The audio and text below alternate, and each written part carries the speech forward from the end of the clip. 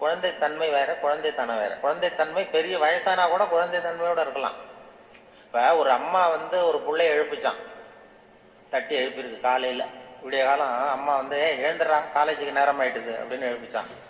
அந்த புள்ள இழுத்து போத்திட்டு, நான் காலேஜுக்கு போக மாட்டேம்மா, எனக்கு போறதுக்கு பிடிக்கலன்னு இருக்கு. அந்த அம்மா விடல, வயசான அம்மா, நீ நீ போய் தாண்டா ஆகணும் அப்படின்னு இருக்கு. அந்த புள்ள எழுந்திரிச்சு உட்காந்து கேட்டிருக்கு, ஏம்மா என்ன ஏன் அப்படி தொந்தரவு பண்ற, தூங்க விடாம அப்படின்னு இருக்கு.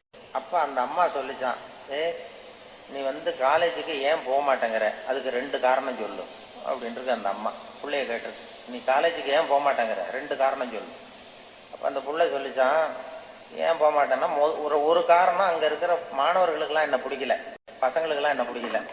2வது காரணம் அங்க இருக்கிற வாத்தியார்களுக்கும் என்ன பிடிக்கல, ஆசிரியர்களுக்கும் பிடிக்கல, மாணவர்களுக்கும் பிடிக்கல, அதனால நான் போக மாட்டேன் அப்படின்னு சொல்லி படுத்துட்டு. அதுக்காக நீ போகாம இருக்கக்கூடாதா, காலேஜுக்கு போய் தான் ஆகணும்னு மறுபடியும் எழுப்புது அந்த அம்மா, வயசான அம்மா.